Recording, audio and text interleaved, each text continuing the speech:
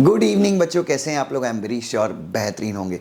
बच्चों, हम सबका सपना होता है कि क्यों ना एक बेहतरीन आर्टिकलशिप शुरू करें। बच्चों, एक अच्छे सीएस के जॉब की जो नींव है वो एक बेहतरीन आर्टिकलशिप से ही शुरू होती है।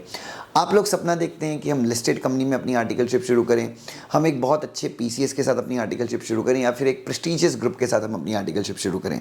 यस, 10,000 रुपये से लेकर 35-40,000 रुपये तक का भी स्टाइपेंड बच्चों को मिला है सीएस की आर्टिकलशिप में, डिपेंडिंग अपॉन द कंपनी। जैसे रिलायंस की बात करूं तो मेरे 3-4 स्टूडेंट्स पिछली बार प्लेस हुए 25,000 आफ्टर क्लियरिंग प्रोफेशनल।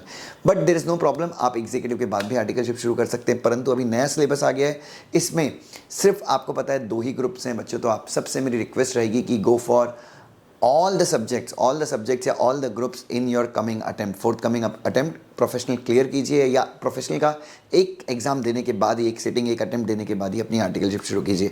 इस वीडियो में मैं आपके साथ डिस्कस करने जा रहा हूँ 5 ऐसे क्वेश्चंस जो मोस्टली आर्टिकलशिप के इंटरव्यू में पूछे गए हैं। जी हाँ बच्चों, 5 इंपॉर्टेंट क्वेश्चन।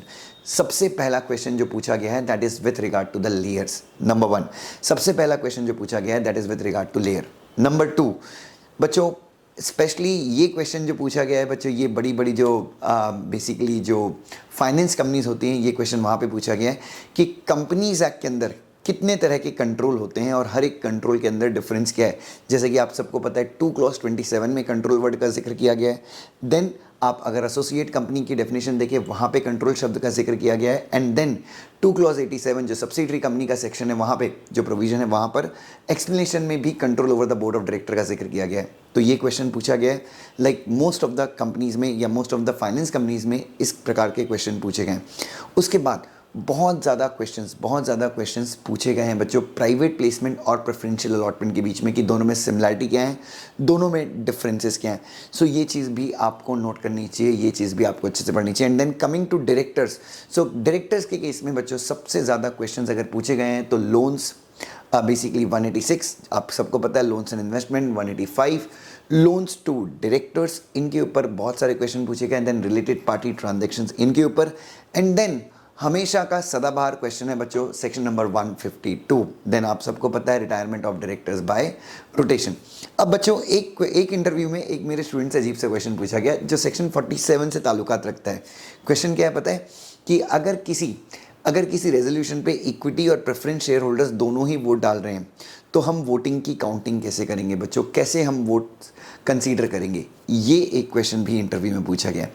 सो बच्चों, आप सबकी इच्छा तो डेफिनेटली है कि यार हमको सीएस कोर्स करना है, अपने माँ बाप के सपने पूरे करने हैं। बच्चों, मैं यहाँ पे क्लियरली आपको बता देना चाहता हूँ बच्चों, अगर किसी ने भी आपके मन में ये डाल दिया है कि भाई सीएस करके तुम्हें आगे जॉब में प्रॉब्लम होगी, आर्टिकलशिप में प्रॉब्लम होगी, बच्चों बिल्कुल भी मैं आपको बोलता हूँ कि इस चीज़ के लिए आप लिंक्डइन पे सर्च कीजिए एंड यू विल फाइंड कि अपने कोर्स को लेके ज़बरदस्त तरीके का उत्साह है लोगों में। नंबर 1।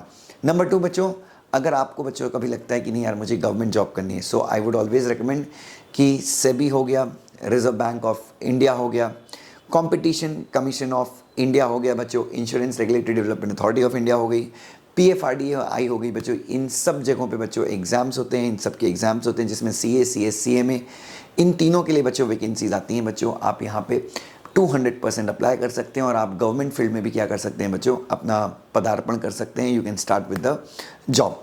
तो बस करना क्या है बच्चों, अब मैं आपको इतने सारे सपने ज़रूर दिखा रहा हूँ बच्चों, करना क्या है। अच्छा, एक क्वेश्चन मैं आपको बताना भूल गया, मेरे एक स्टूडेंट ने इसके ऊपर आर्टिकल भी लिखा हुआ है।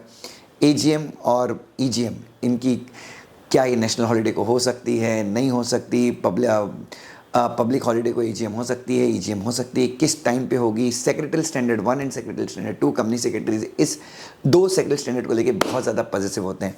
तो इसके ऊपर भी एग्जाम में काफ़ी सारे क्वेश्चंस पूछे गए और 80% क्वेश्चंस जो इंटरव्यू में मेरे स्टूडेंट से पूछे जाते हैं, मतलब अगर मैं मोटा मोटी करके एक एवरेज बताऊं तो वो क्वेश्चंस कंपनी लॉ से ही पूछे जाते हैं बच्चों। सो ये चीज़ आपको बिल्कुल ध्यान में रखनी चाहिए। और अभी से याद रखिए बच्चों, जो अपनी सक्सेस की प्लानिंग नहीं कर रहा है वो फेलियर की प्लानिंग कर रहा है बच्चों, ये चीज़ आप ध्यान में रखिए।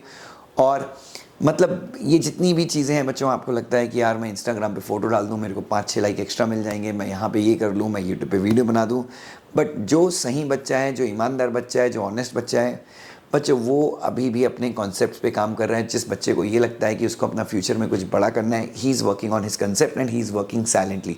आप डायरेक्टली उसके लिंक्डइन में एक पोस्ट देखेंगे कि now I am placed in Reliance as an articles, I am placed in SEBI as a manager, as an assistant manager. तो वो बंदा डायरेक्टली अपनी मेहनत कर रहा है। बच्चों आप हैं जो टेलीग्राम पे टाइम वेस्ट कर रहे हैं, आप इधर उधर के नोट्स मांग रहे हैं, क्लासेस के नोट्स मांग रहे हैं। बच्चों जो ईमानदार बच्चा है ना बच्चों, जिसको सक्सेस ही चाहिए, वो आपको पता भी नहीं है, he is silently working very hard, और ये मस्ती में आप लगे हुए हैं बच्चों।